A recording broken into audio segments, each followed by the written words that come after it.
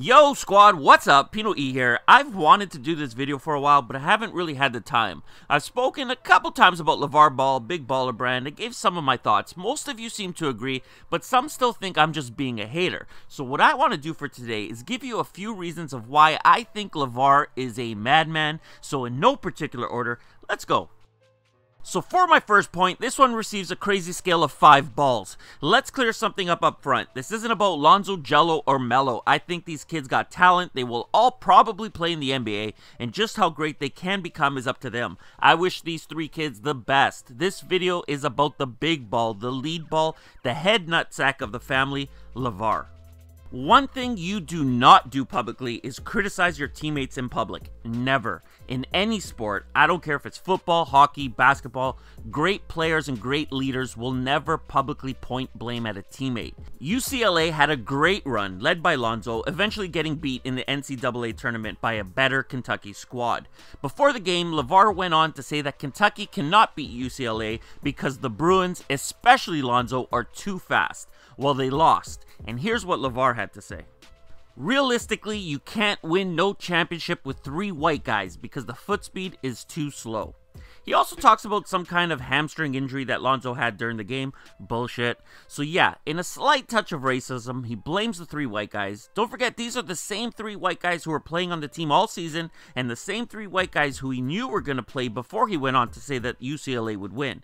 But once the game was over, the loss was because of a fake hamstring injury and the 3 white guys. I'll stop it right here for a second. This is a point that I've been making all along. The shit that King Nutsack is saying is crazy, but his crazy words are becoming a problem for his son.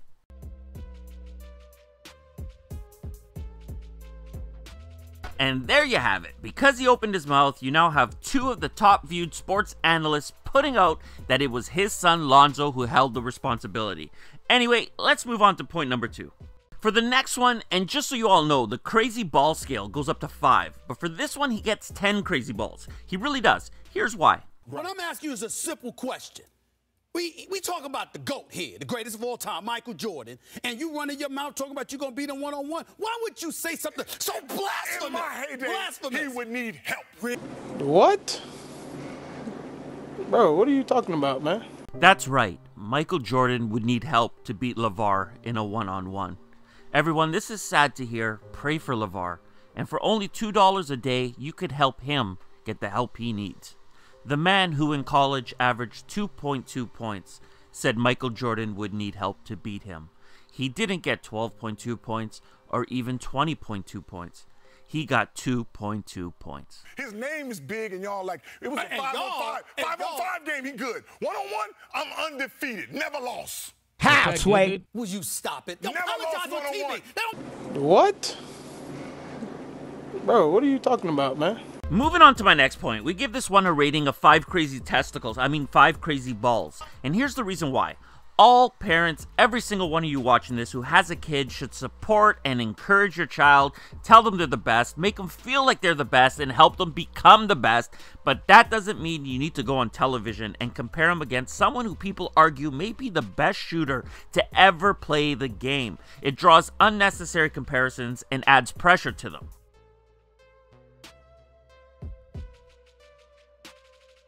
You see, and that's the problem with what he said. You can judge on your own if this kid is going to be better than Curry.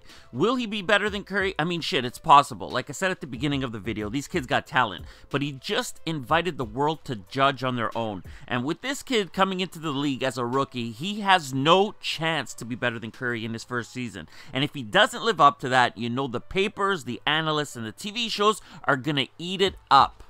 Alright, so there's no pressure in sports, it's just entertainment. Okay, well first off, remember that he just said that the pressure doesn't exist, because I'll get to that in a second.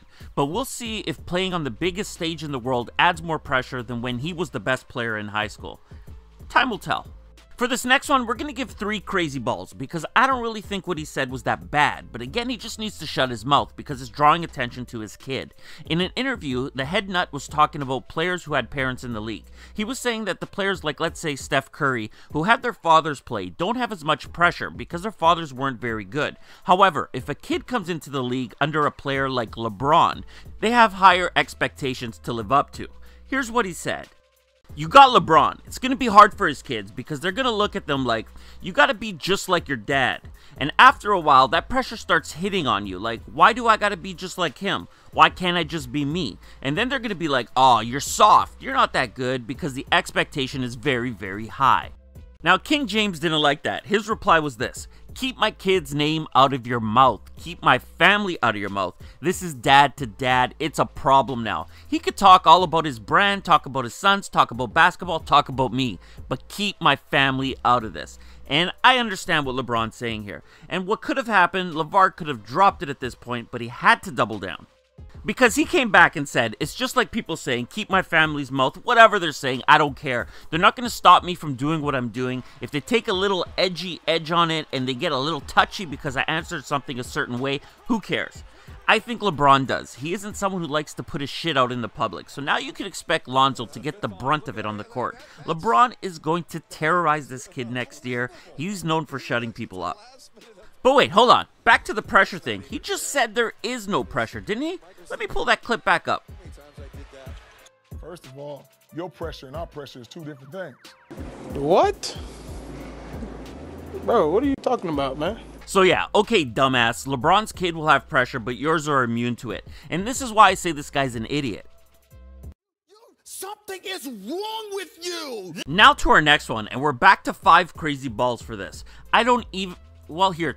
Alonzo in the next level. How do you think he fares? It is going to get easier for Alonzo as we go. How, Sway? Yo, wait. So the question was asking how things are going to get for Lonzo as he progresses from high school to college to the NBA. And this idiot's answer is it's going to get easier? What? When he gets to the pros, the game is even faster, and that's when he's at his best. Take the trade in. You trade in Bryce for D. Wade? Hamilton for Iguodala? Get away from TJ Leaf and give him Anthony Davis? Oh, man. Hey, and the game is faster? This out, Lonzo's no longer 19. He's turned 20. Oh, okay, now it makes sense. Lonzo is no longer 19. He's now turned 20. So yes, of course the NBA will be easier than college. Makes sense. And on to our last one for today. We're going to go back to the 10 crazy nutsacks. And this one's about Lonzo's Big Baller brand. Now, I could go for the easy jokes about cleaning your balls if the kicks get dirty. I could talk about them being overpriced by about $490, but I won't. I've spoke about how this move to launch his own shoe is hurting his kid, but I apparently don't know anything. So let's watch a quick clip. He is hurting his son. He's clearly already hurt his son in the pocket because he could have made about $2 to $3 million a year for about a 4 or 5 year deal before bouncing the basketball, and then he could have, you know, just went from that, and then he could have gone independent at a later date or whatever the case may be.